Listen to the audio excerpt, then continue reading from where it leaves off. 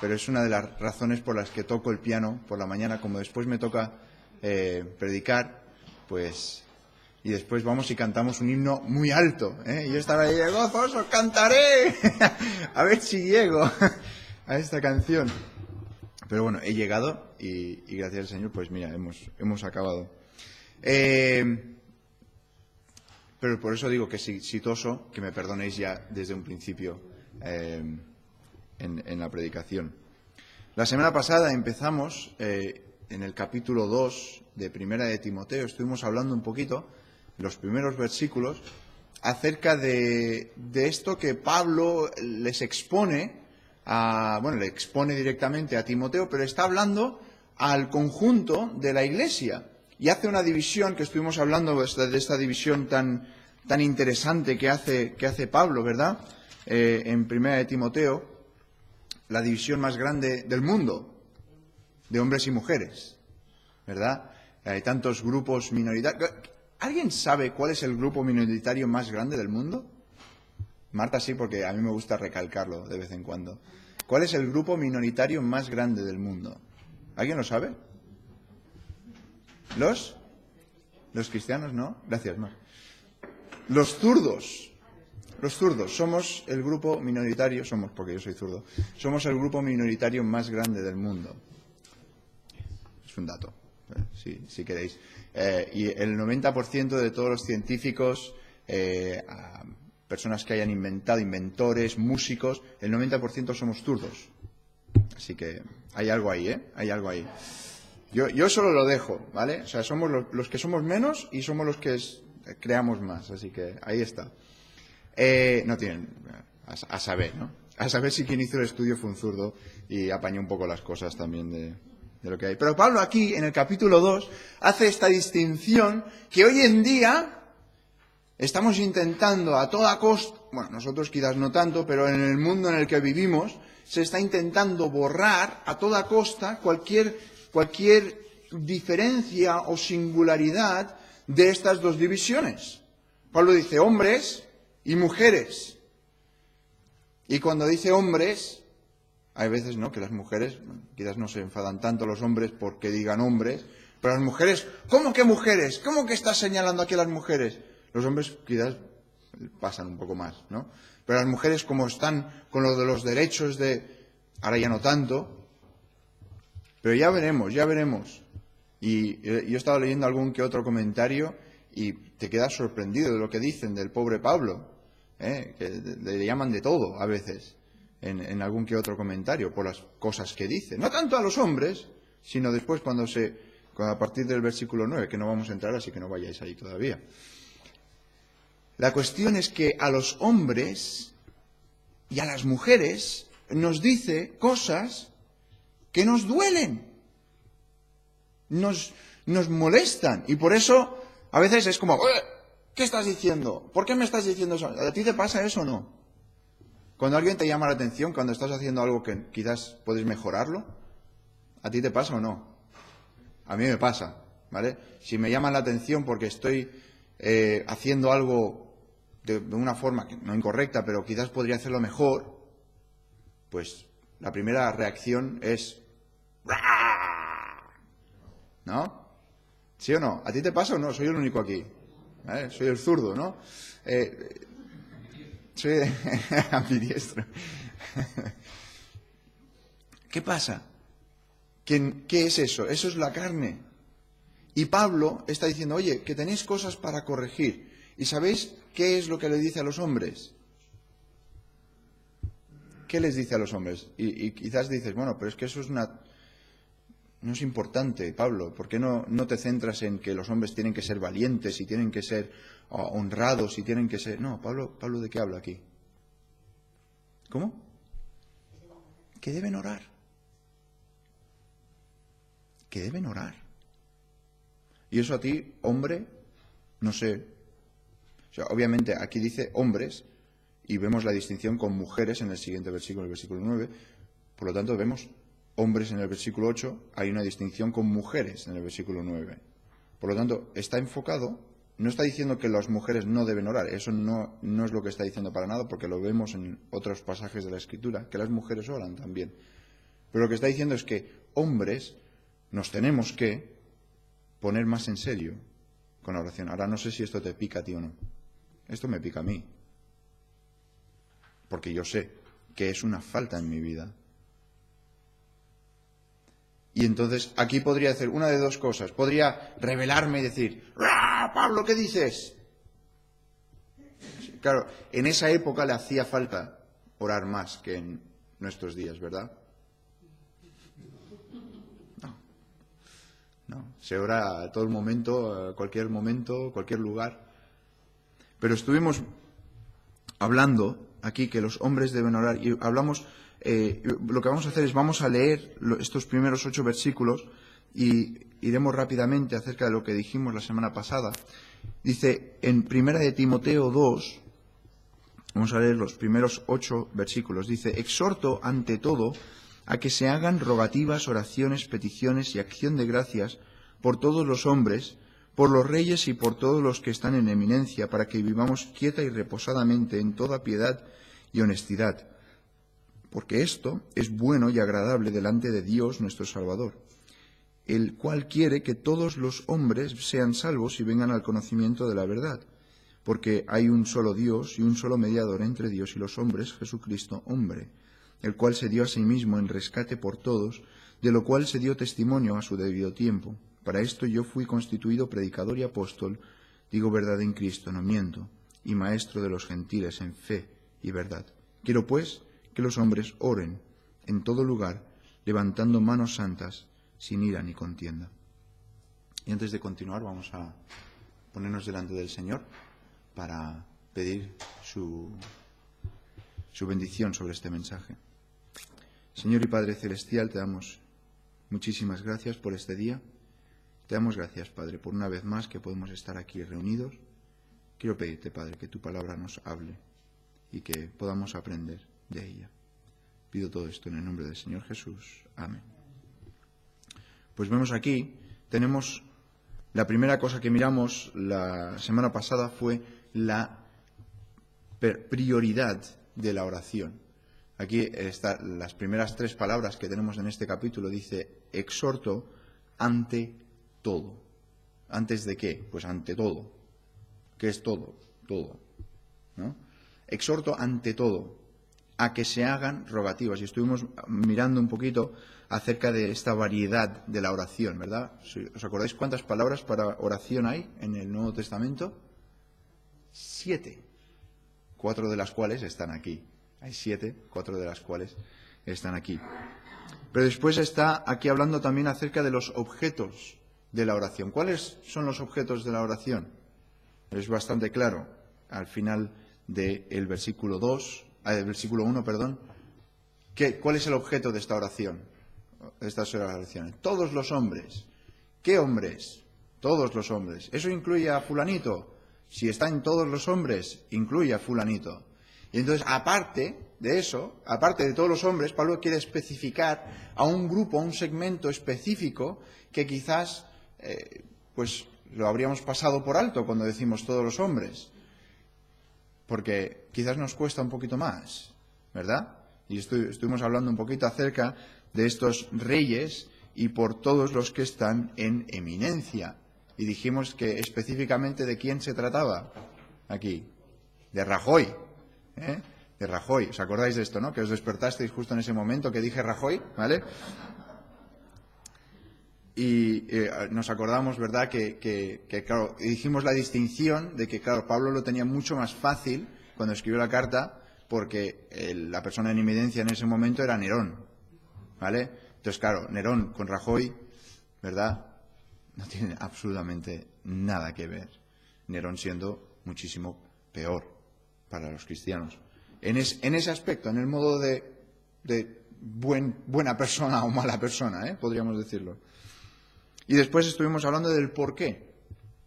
Esto del quieta y reposadamente.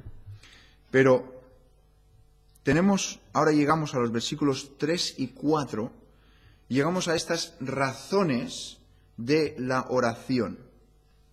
Razones de la oración. Ahora, yo te podría preguntar, ¿por qué oras? ¿Por qué oras? ¿Lo has pensado alguna vez? ¿Por qué oras? ¿Cuál es la razón que tú tienes? O sea, por ejemplo, si yo dijera, ¿por qué hablas con tu esposo o esposa? ¿Por qué hablas con tus hijos? Pues quieres mantener una buena relación, porque quieres tener la comunicación abierta, porque podrías tener miles de razones. Ahora, ¿por qué oras? Porque muchas veces utilizamos la oración como un vehículo. ¿Para qué? Para satisfacer un poco, ahora voy a hablar, ¿vale? Para satisfacer un poco nuestras necesidades, ¿verdad? Yo oro porque a mí y cuando a mí ¿sí? ¿Qué palabras habéis oído ahí? Yo, mí, yo y mío, ¿vale? ¿Qué es eso? No está mal, ¿vale? No os voy a decir que eso esté mal, porque en parte, eso sí que tiene una parte, pero ¿por qué? Pablo, ¿por qué vamos a orar? Pues mira el versículo 3, dice, porque esto es bueno y agradable delante de, ¿quién? Delante de Dios, nuestro Salvador. ¿Por qué oras? Porque es bueno y agradable a Dios. ¿Por qué oras? Porque es bueno y agradable a Dios. ¿Te hace falta alguna otra razón? O sea, sí, satisface tus necesidades, satisface quizás el hecho de que tú quieras, pero Dios quiere que tú hables con Él. Y eso es bueno y agradable. Y si a Dios le agrada, debemos hacerlo. O sea,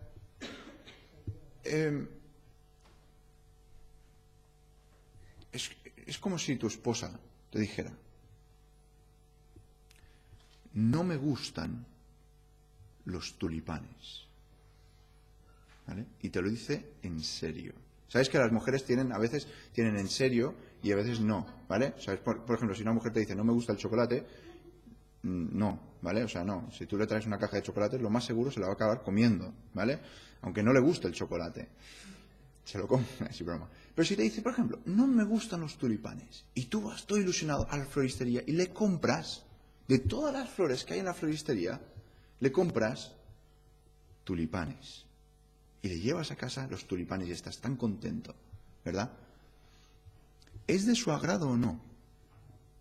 Ella te ha dicho, te ha comunicado lo que ella quiere. Bueno, o te ha dicho lo que no quiere. ¿Sí? Y a veces que a los maridos nos cuesta meternos esto en la cabeza, ¿verdad? Que cuando lo dice, a veces lo dice en serio. A veces lo dice de verdad, que no le gusta, ¿vale? Y tú piensas, no, sí que le gusta. Dios quiere que hablemos con Él. Es de su agrado. Él quiere que confiemos en Él. Ahora, la palabra bueno es una palabra que es clave en todas las epístolas de Pablo. Sale un montón de veces. Pero un montón de veces. Y hace hincapié en que algo es intrínsecamente bueno. No simplemente que los resultados son buenos, sino que en sí mismo la acción que se está realizando es buena. Un sinónimo de esta palabra buena es hermoso. Es bonito. Ahora, a mí me encanta ver la relación de padres e hijos que tienen una buena relación. ¿Sabes? Que los ves. El otro día me encontré con una alumna que tiene 12 o 13 años y iba por la calle cogida de la mano de su padre. Y me encantó. Me encantó verla cogida de la mano de su padre. Hoy en día, yo por lo menos no lo veo. Que una niña de 13 años vaya cogida de la mano de su padre. Que no tenga ese rechazo, ¿no? Y es una chica que ya es bastante madura, ¿no? En su forma de pensar y tal. Y dices, ¡qué bien! no son creyentes, nada, pero en su relación tienen una buena relación. Y eso se ve, es evidente. Y es bonito. Y cuánto más bonito es que nosotros podamos tener una relación, estar cogidos de la mano de Dios, en comunión, orando con Él. Pero la oración no solamente es bonito, no solamente es algo hermoso, no es algo bueno, simplemente, pero es agradable. Ahora, los fariseos, ¿os acordáis por qué oraban los fariseos? Para ser vistos. Para ser vistos, pero ¿para ser vistos de quién? De los hombres. Tú puedes orar para ser visto de Dios, ¿vale? Dios lo sabe, Dios te ve y Dios reconoce lo que tú estás haciendo, ¿sí? Entonces, ¿qué pasa? Que tú puedes querer ser visto por Dios o ser visto por los hombres. Pero es que aparte, también querían impresionar. ¿Os acordáis que los fariseos hablaban orando con palabras tan elocuentes y tan grandiosas? ¿Y por qué? ¿Qué estaban buscando? Impresionar. Ahora, a mí me gusta ser impresionado. No sé vosotros. ¿Os gusta que os impresionen o no? A mí me gusta.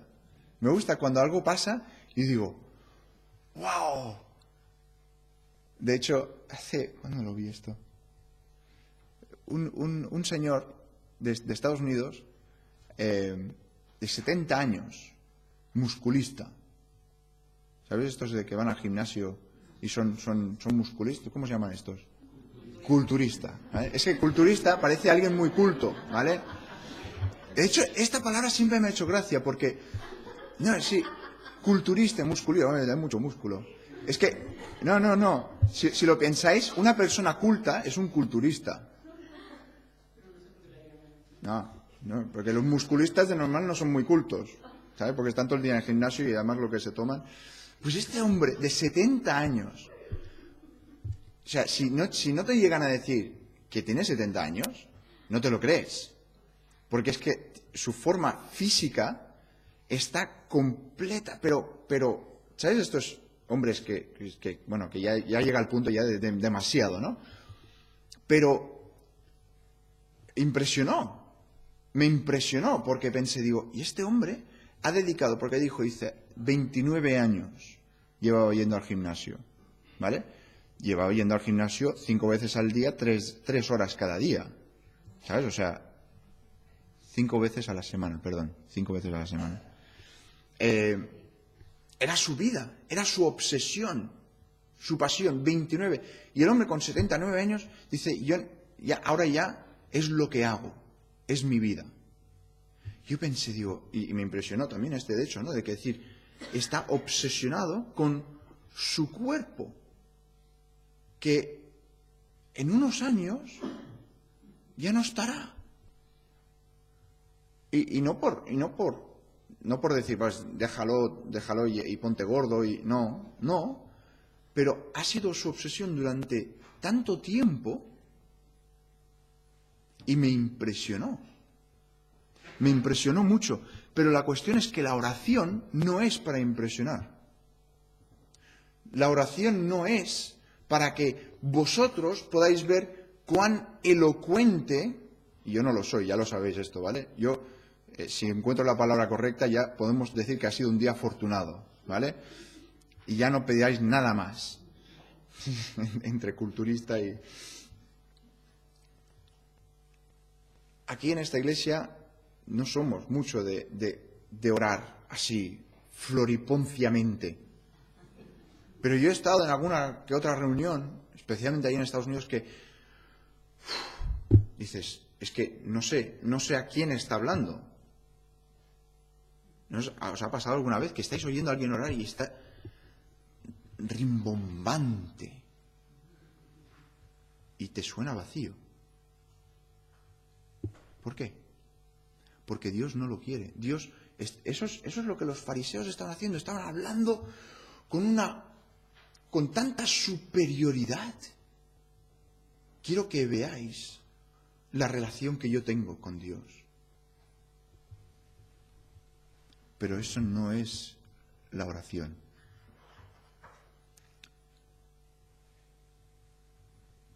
¿Qué dice aquí? Porque esto es bueno y agradable delante de Dios, nuestro Salvador. ¿El qué? El que se presenten todas estas rogativas, el que se presenten todas estas peticiones. Es bueno que lo hagamos. Hay algunos comentaristas que también esto de que es bueno y agradable delante de Dios nuestro Salvador no es tanto la oración, sino que vivamos quieta y reposadamente. ¿Vale? Os lo comento porque también han habido algunos que lo interpretan de esta forma. ¿Vale? Como viene justo después de esa cláusula, también se podría interpretar. Pero, ¿cuál es la voluntad de Dios? ¿Cuál es la motivación que tenemos que tener detrás de nuestra oración? Pues, ¿qué dice en el versículo 4? Que el cual quiere que todos los hombres sean salvos y vengan al conocimiento de la verdad. ¿Por cuántos hombres tenemos que orar? Por todos los hombres. ¿Todos y quiénes todos? Todos. ¿Por qué? Porque Dios quiere que todos los hombres vengan al conocimiento de la verdad. Que todos los hombres sean salvos.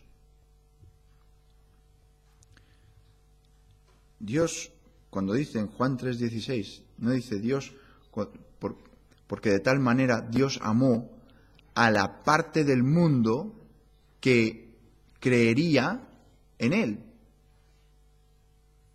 ¿Verdad? No dice eso, por lo menos en mi Biblia no lo dice. ¿Qué dice? Porque de tal manera amó Dios al mundo. Ya está. O sea, amó Dios al mundo.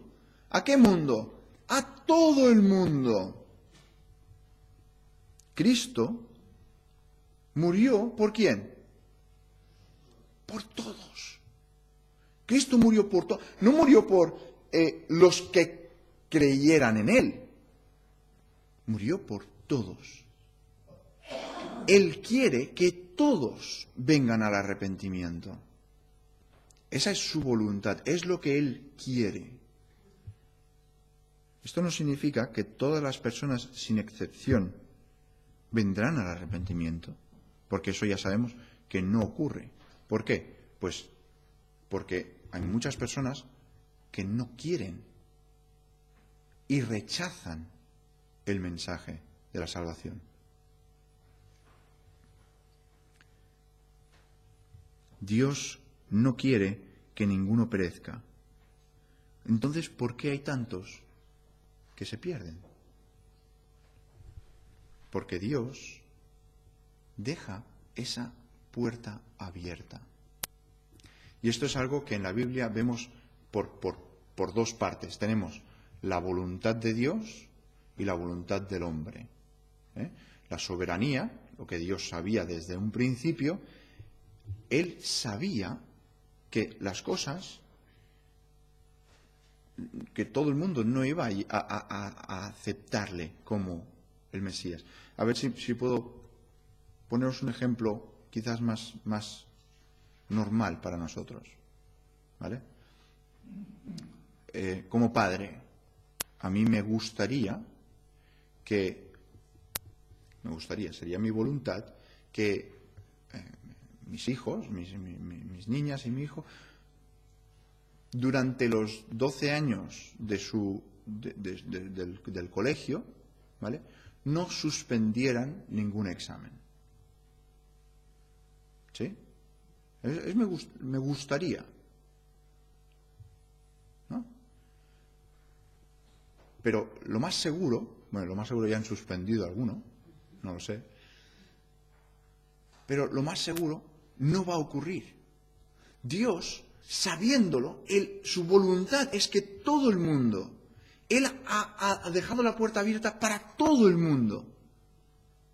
Pero por el error humano, porque el humano no quiere, no porque Dios no quiera, Y esto es un poquito donde cambia la balanza, porque hoy en día el humano dice, no, es porque Dios ha dicho, es porque Dios dice, es porque Dios no deja que. Y no se dan cuenta que es su propio pecado que les está llevando al infierno. No es que Dios no te deje, es que tú no quieres. Pero no podemos explicar completamente este misterio de la soberanía de Dios y la responsabilidad del hombre. Esto ha sido pues uno de los debates de la historia de la Iglesia. Lo que sí que es cierto es que vemos las dos cosas en la Biblia, claramente. Que el hombre tiene una responsabilidad, pero Dios en su soberanía salva. Pero finalmente llegamos aquí, los versículos 5, 6 y 7. A muchos creyentes no nos damos cuenta de que la oración se basa en la obra del Señor Jesucristo como mediador. Como Dios hombre, Jesucristo es el mediador perfecto entre Dios y los hombres. Es como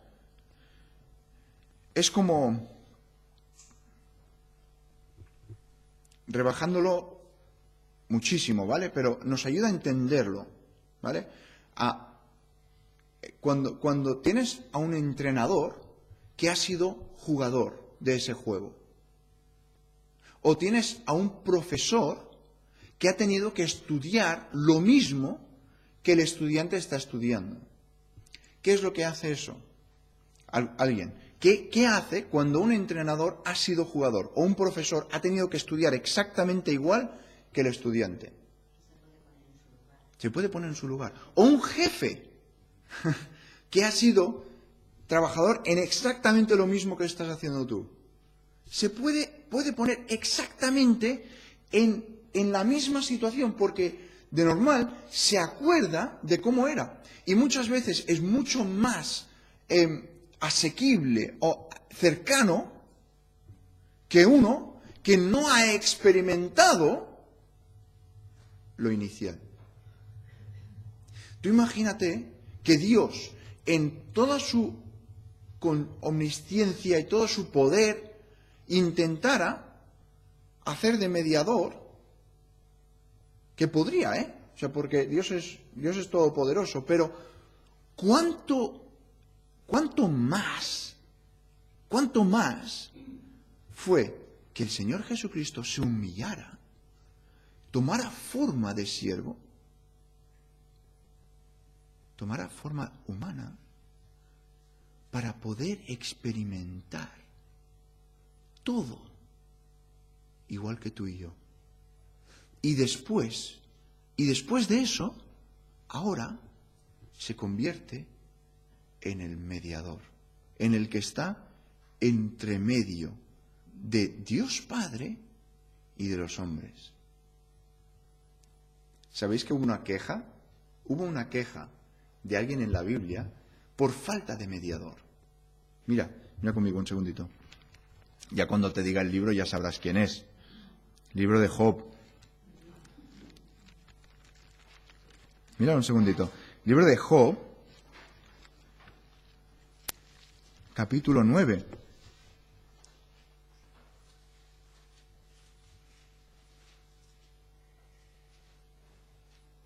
¿Vale? Y Job está hablando en el capítulo 9, y sus amigos, bueno, los amigos estos de Job, ¿os acordáis? Le dicen, bueno, tiene que haber pecado en tu vida, básicamente. O sea, hay algo que está mal en tu vida, tienes que arrepentirte y entonces pues Dios sanará las cosas que tienes, ¿no? Y entonces, miren el versículo 30 del capítulo 9, dice, aunque me lave con aguas de nieve y limpie mis manos con la limpieza misma, aún me hundirás en el hoyo. Está hablando a Dios, y mis propios vestidos me abominarán, porque no es hombre como yo. ¿Y de quién está hablando? Está hablando de Dios. No eres hombre como yo. No eres hombre como yo. ¿Para qué? ¿Qué dice? Para que yo le responda y vengamos juntamente a juicio. Mira el versículo 33, ¿qué dice? No hay entre nosotros árbitro. ¿Qué es un árbitro? Es un mediador. Ahora, yo no lo había visto tanto como un árbitro. Si no estuviera aquí, yo no lo diría. Yo no diría, es que Jesús es como un árbitro. Parecería casi irreverente. Pero Job lo dice. Job está utilizando esta palabra. Es un árbitro que dice que ponga su mano sobre nosotros dos. Que diga, a ver, tenemos que solucionar las cosas. Y Jesús es Dios y Jesús es hombre. Lo decimos, 100% Dios, 100% hombre. ¿Quién mejor para poder solucionar, arreglar las cosas? En el nombre de Jesús. Cuando tú oras, estás pidiendo que Jesús, como mediador, coja lo que tú estás diciendo y si hay algo que no acaba de concordar, que no acaba de arreglar, que Él lo arregle. En el nombre de Jesús, que lo que Él está, que lo que tú estás pidiendo es, en el nombre de Jesús, que tú seas el mediador, que lo lleves esto delante de Dios Padre. Y si yo lo he explicado mal, que se lo expliques correctamente. Esto es lo que pasa cuando personas hablan y no se entienden. Tienen un mediador. Tienen a alguien que dice, lo que está diciéndote es esto. Y se lo tiene que poner en el lenguaje que lo pueda entender. ¿Sí? Te lo tenéis en mente, ¿no? Yo siempre había pensado en Jesús como mediador, pues en medio. Pero es que si está en medio, ¿qué pasa? Tiene que pasar a través suyo para llegar a Dios. Porque hay un solo Dios y un solo mediador entre Dios y los hombres, Jesucristo, hombre. Es un intermediario. Es un nexo. ¿Qué es un nexo? Es donde se juntan dos piezas. Tienes, en inglés decimos hub, ¿vale? Es el centro y de ahí salen dos. Pero ahí es donde todo ocurre para que las dos extensiones puedan tener una comunicación correcta. Si quitamos a Jesús del cuadro, ahí está nuestra mediación. Tenemos nuestro enlace. Y esto es algo muy importante también para las personas católicas que tienen la mediadora en María, ¿vale? Corredentora. Que te digan, ¿dónde está esto, por favor? Explícame, porque yo tengo un versículo que dice que solamente hay un mediador entre Dios y los hombres. No habla nada acerca de comediadora. Y esto es una frase que se utiliza, ¿eh? Esto es algo que es común.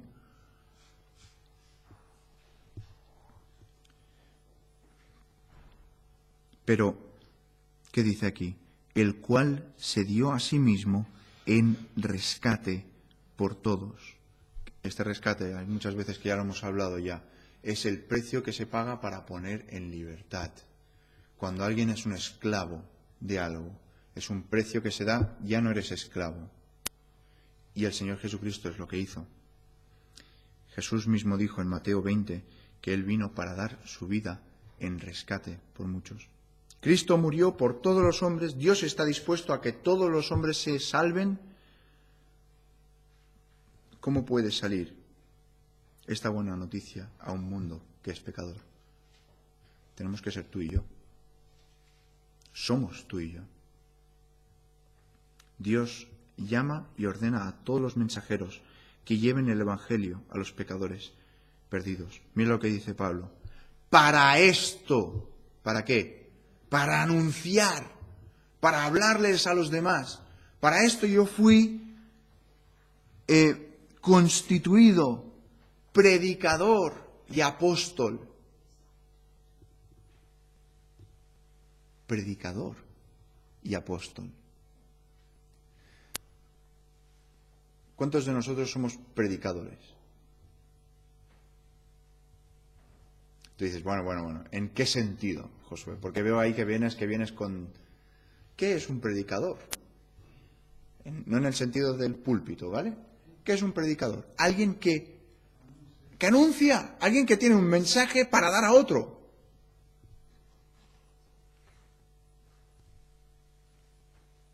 Palabras.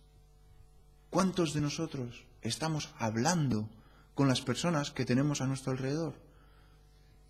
Hablándoles y diciendo, mira, esto es lo que hay. Aquí está esto. Y tantas veces por vergüenza, por falta de lo que consideramos tiempo, por falta de ganas, no predicamos lo que deberíamos. Pablo dice, fui constituido predicador.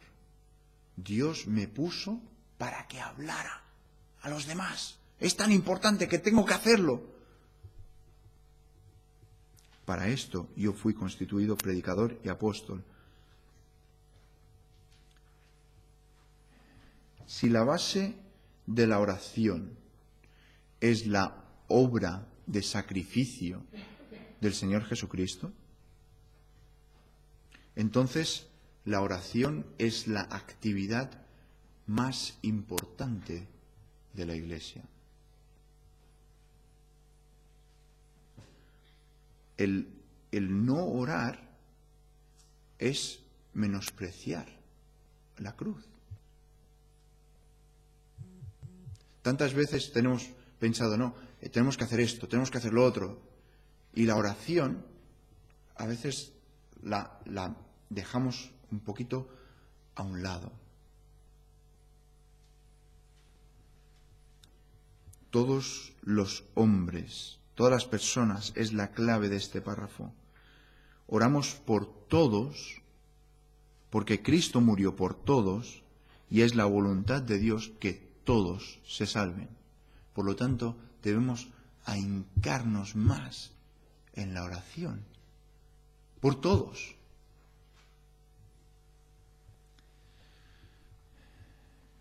Pero después, finalmente, ya acabando,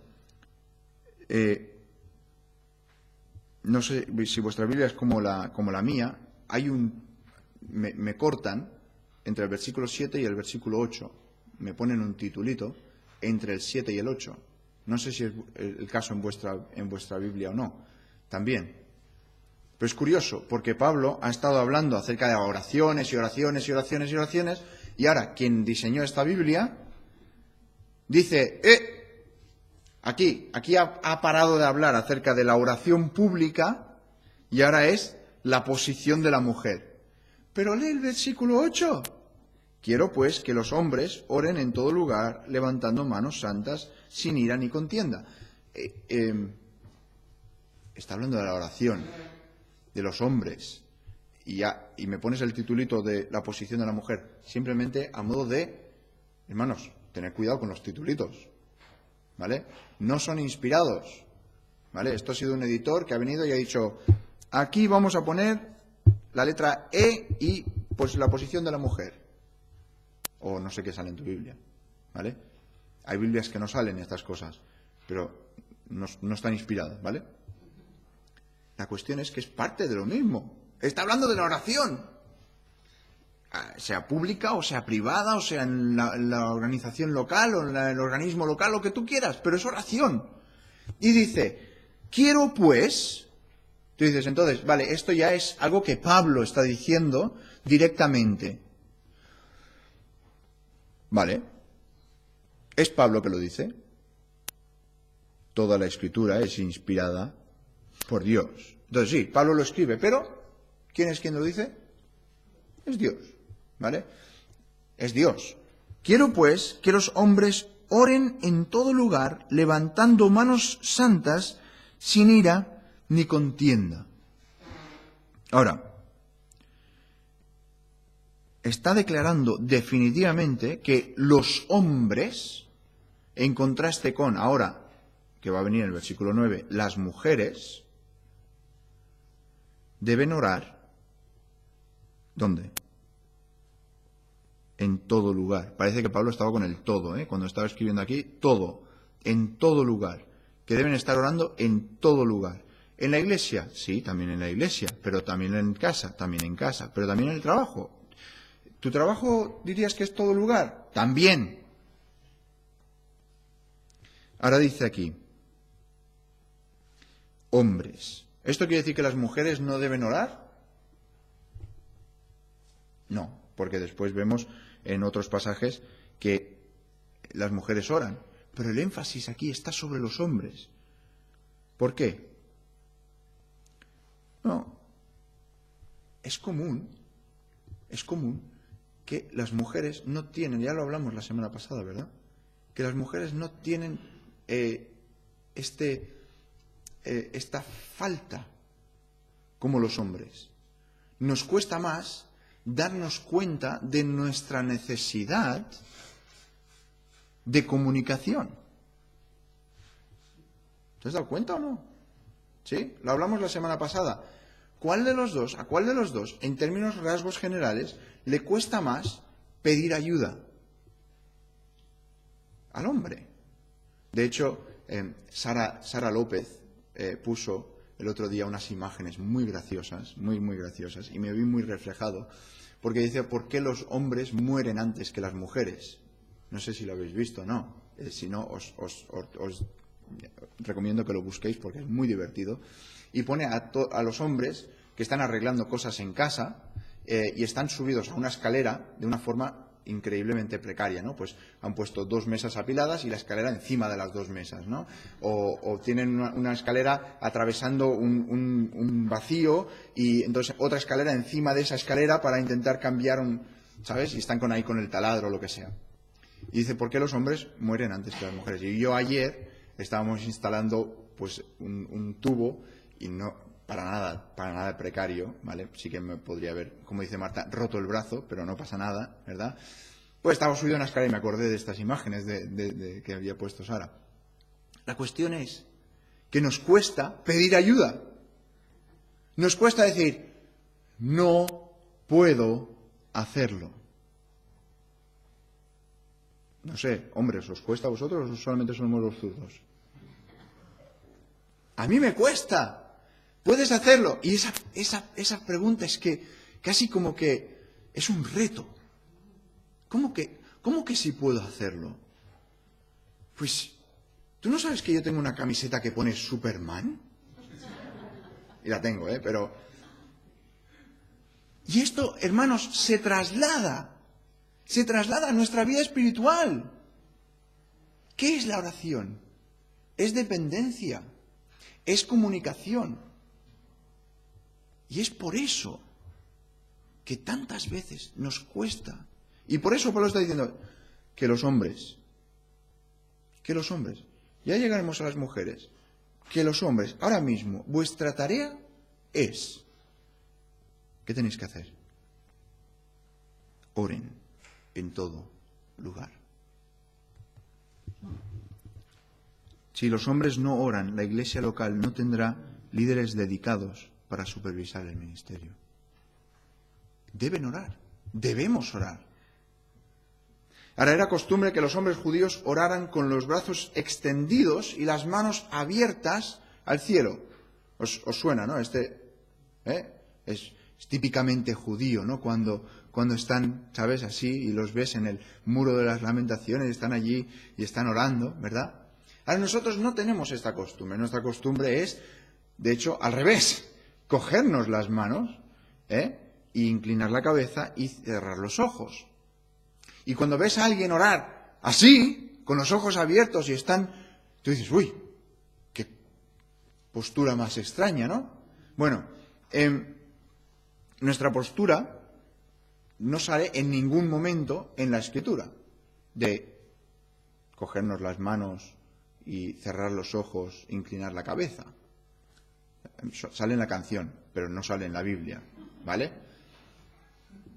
Ahora, tú dices, ¿qué posturas salen? Pues mira, salen de pie con las manos extendidas, en Primera de Reyes, sale arrodillado, nuestro amigo Daniel, de pie, sentado en Segunda de Samuel, inclinando la cabeza, levantando los ojos, o sea, con los ojos abiertos, y el que más me gusta en Génesis 17, extendido boca abajo sobre la tierra. Vamos a orar, ¿sabes? Bueno, pero ellos no se extienden completamente, no, pero ellos están de rodillas, ¿vale?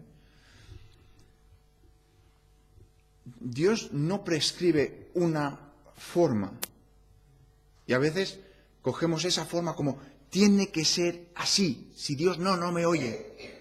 Y no es así. Hermano, hermana, Dios te pide que ores en todo lugar. Eso quiere decir en tu coche, también puedes orar. A veces me ha pasado a mí, ¿no? Que estoy orando y a veces pienso, es que tendría que cerrar los ojos para orar. ¿Sabes?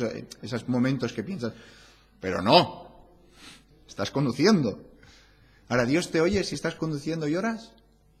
Claro.